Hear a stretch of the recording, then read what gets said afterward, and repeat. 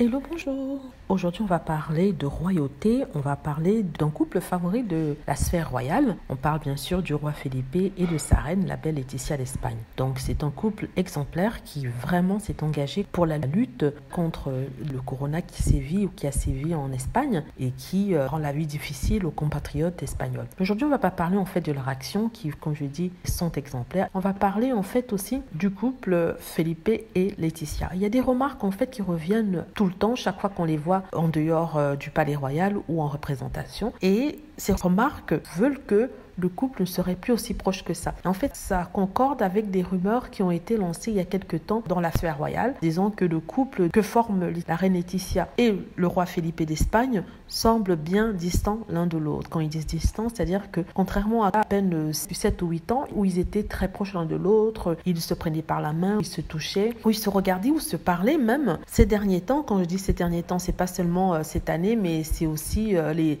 2 dernières années, on ne voit plus cette passion dans le couple, dans les yeux du couple, on ne voit plus cette chaleur que le couple avait l'un pour l'autre. On se rappelle quand Laetitia regardait son mari, regardait son visage, on voyait de l'amour, on voyait de la passion, on voyait de la fierté dans le visage de la reine. Il n'y a pas si longtemps que ça, je le répète, il y a à peu près 3 à 4 ans. Et maintenant, malheureusement, quand on regarde Laetitia, c'est ce que certains disent, on ne voit pas grand-chose qu'une personne sans émotion. Donc, le problème ne viendrait pas d'elle. Le problème viendrait peut-être du palais dans lequel elle vit.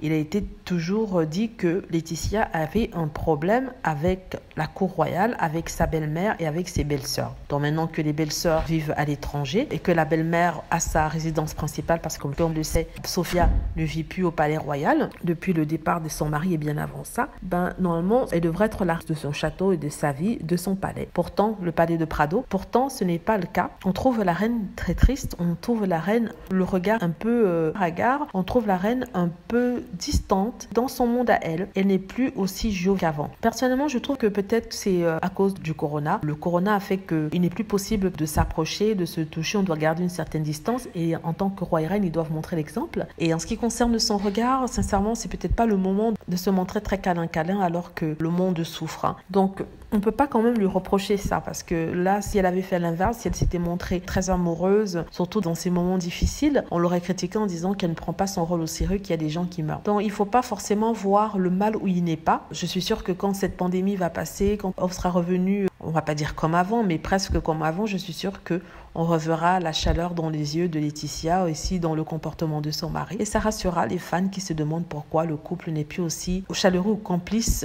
l'un envers l'autre. Dites-moi ce que vous en pensez. Voilà, j'espère que vous avez aimé la vidéo. N'hésitez pas à cliquer sur like si c'est le cas, à vous abonner pour plus de vidéos et à cliquer sur la petite cloche afin d'être averti lorsque je poste une nouvelle vidéo. Merci.